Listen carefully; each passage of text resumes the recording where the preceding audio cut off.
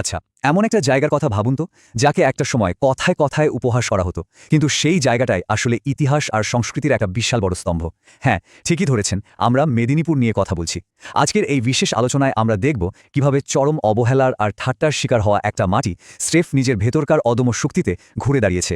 এটা কিন্তু শুধু একটা নির্দিষ্ট জায়গার গল্প নয়, এটা আসলে ঘুরে দাঁড়ানোর আর একদম নিশ্চুপ থেকে জবাব দেওয়ার একটা দারুণ দৃষ্টান্ত। চলুন শুরু করা যাক। তো চলুন বিষয়টা একটু খতিয়ে দেখি। একটা সময় ছিল যখন এই জায়গার নাম শুনলেই অনেকে মুচকি হাসত। মানে কথায় কথায় শুনতে হতো ওরা তো আধা বাঙালি আধা উড়িয়া। শুধু তাই নয়, খাওয়া দাওয়া নিয়েও কত যে জোকস চলতো তার কোনো ইয়ত্তা নেই। যেমন ধরুন মেদিনীপুর মানেই তো ভাই ঝালমুড়ি আর মাছের টক। এই যে হালকা চালের কথাবার্তাগুলো, এগুলো দিয়ে আসলে বাইরের মানুষজন এই অঞ্চলের আসল গভীরতাকে যেন ঢেকে দেওয়ার চেষ্টা করত। বাইরের ওই সামান্য চাকচিক্য দিয়ে ভেতরের আসল জোরটাকে মাপার এই যে একটা চেষ্টা, এটা কিন্তু সত্যিই খুব অদ্ভুত ছিল, তাই না? এখন সবচেয়ে ইন্টারেস্টিং ব্যাপারটা হলো, এখানে আমরা সম্পূর্ণ দুটো আলাদা জগতের ছবি দেখতে পাই। একদিকে ছিল বাইরের লোকেদের ওই হাসি ঠাট্টা আর উপহাস, যা দিন শেষে ছিল শুধুই কিছু ফাঁকা আওয়াজ। আর ঠিক উল্টো দিকে ছিল একদম সাইলেন্ট কিন্তু মারাত্মক এক কর্মপ্রচেষ্টা। তারা কিন্তু কখনোই কোনো তর্কে যায়নি। ওই ভোরবেলা মাঠে কাজ করা কৃষক বা ধরুন প্রখর রোদে পুড়ে যাওয়া দিনমজুর, এমনকি ছোট শহরের যে তরুণ তরুণীরা বুকে বড় স্বপ্ন নিয়ে লড়াই করছিল, তারা প্রমাণ করে দিয়েছে যে নীরব কাজের আওয়াজ যে কোনো ফাঁকা বুলির চেয়ে বহুগুণ বেশি জোরালো। এই যে চুপচাপ নিজেদের কাজটা করে যাওয়া, এটাই ছিল সব উপহাসের সবচেয়ে মোক্ষম জবাব। ঠিক এই জায়গাটাতে এসে আমাদের একটু থামতে হবে, কারণ একটা কথা আমাদের মনে রাখতে হবে, ইতিহাস কিন্তু কখনোই কাউকে ছোট করে না। এই যে সাময়িক উপহাস বা অবহেলা, এগুলো কখনোই কোনো একটা মানুষের বা কোনো অঞ্চলের শেষ কথা হতে পারে না। এই মাটির ভেতরে এমন এক সুপ্ত শক্তি লুকিয়েছিল, যা সময়ের সাথে সাথে ইতিহাসকে একেবারে নতুন করে লিখতে বাধ্য করেছিল।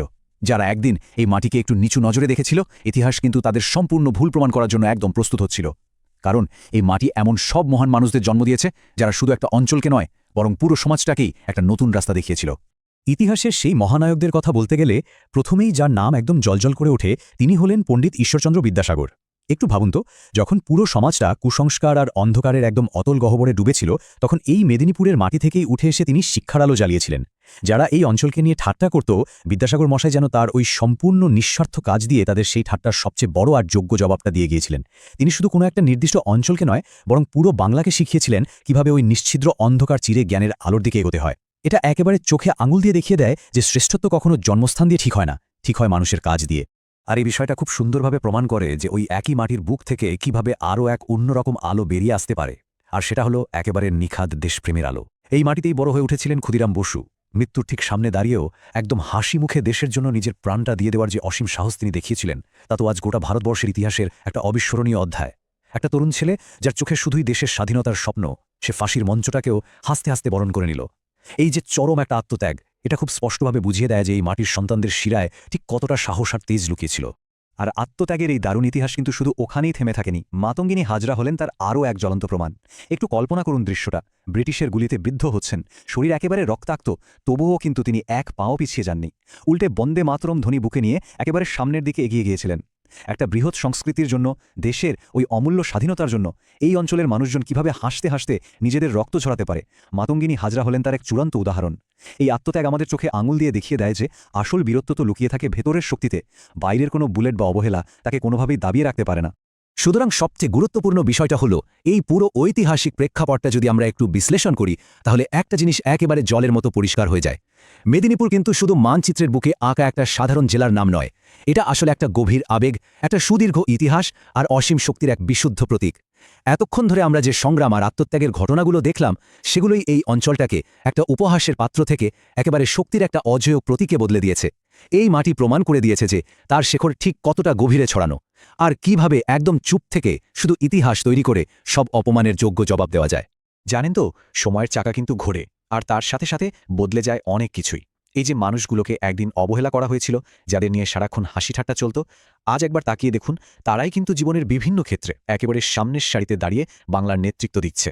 আর তাদের এই অসাধারণ সাফল্যই সমালোচকদের মুখ একেবারে চিরকালের জন্য বন্ধ করে দিয়েছে। সবচেয়ে অবাক করা বিষয়টা কি জানেন?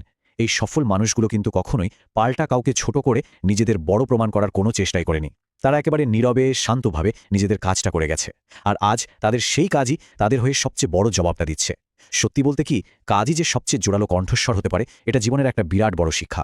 অতীতের সেই হাড় ভাঙা সংগ্রাম আজ বর্তমান প্রজন্মের আত্মবিশ্বাসে একটা অভাবনীয় পরিবর্তন এনেছে। আজ যখন কেউ বুক ফুলিয়ে গর্ব করে বলে আমি মেদিনীপুরের ছেলে বা আমি মেদিনীপুরের মেয়ে, তখন সেটা কিন্তু আর শুধু একটা ভৌগোলিক পরিচয়ের মধ্যে আটকে থাকে না, এর সাথে সরাসরি জড়িয়ে থাকে এক গভীর আত্মসম্মানবোধ। এই কথাটা যখন কেউ উচ্চারণ করে তখন সে আসলে সেই সমস্ত ঐতিহাসিক মহানায়কদের উত্তরাধিকার, আর প্রজন্মের পর প্রজন্ম ধরে সাধারণ মানুষের করে আসা সেই কঠোর পরিশ্রমের ভারটাকেই বুকে ধারণ করে। এটা এখন আর কোনো দুর্বলতার জায়গা নয়, এটা এখন মাথা উঁচু করে দাঁড়ানোর এক বিশাল বিশাল বড় অহংকার। চলুন এবার দেখি এই বিষয়গুলো থেকে আমরা কি শিখতে পারি এবং কিভাবে এটা আমাদের তৈরি করে। এই দীর্ঘ ইতিহাস আর সংগ্রাম থেকে আমরা খুব গুরুত্বপূর্ণ কয়েকটা শিক্ষা পাই, যা জীবনের প্রায় প্রতিটি ক্ষেত্রেই আমাদের কাজে লাগতে পারে। প্রথমত, এই মাটি কখনোই কারোর কাছে মাথা নত করতে শেখায় না, বরং এটা শেখায় কিভাবে শত প্রতিকূলতার মাঝেও একেবারে মাটি কামড়ে লড়াই চালিয়ে যেতে হয়। আর সবচেয়ে বড় কথা হলো, এই মাটি আমাদের শেখায় কিভাবে অনেক বড় বড় স্বপ্ন দেখতে হয়, আর সেই স্বপ্নগুলোকে সত্যি করার জন্য কিভাবে নিরলসভাবে ঘাম ঝরাতে হয়। অতীতের সেই সব ঠাট্টা আর বিদ্রুপের সবচেয়ে বড় এবং চূড়ান্ত উত্তরটা যেন সময় নিজেই খুব সুন্দরভাবে দিয়ে দিয়েছে এই শিক্ষাগুলোর মধ্যে দিয়ে। আমাদের আজকের এই সম্পূর্ণ আলোচনার শেষে এসে একটা বিষয় কিন্তু ভীষণ গভীরভাবে ভাবিয়ে তোলে। একটু ভেবে দেখুন তো, যে মাটি তার সন্তানদের এরকম একটা অদম্য সহনশীলতা আর শেষ পর্যন্ত লড়াই করে যাওয়ার শিক্ষা দেয়, তারা কি কখনো চিরকাল অবহেলিত হয়ে থাকতে পারে? একদমই না। নীরব কাজ আর একটা শক্তিশালী ইতিহাস সবসময় এই ধরনের তুচ্ছ উপহাসগুলোকে চিরকালের জন্য ম্লান করে দেয়। এটা একটা অকাট্য সত্য যে সত্যিকার অর্থে যারা কাজ করে তাদের কখনোই চিৎকার করে নিজেদের অস্তিত্ব প্রমাণ করতে হয় না। তাদের কাজ আর তাদের ইতিহাসই একসময় গোটা বিশ্বকে তাদের কথা শুনতে বাধ্য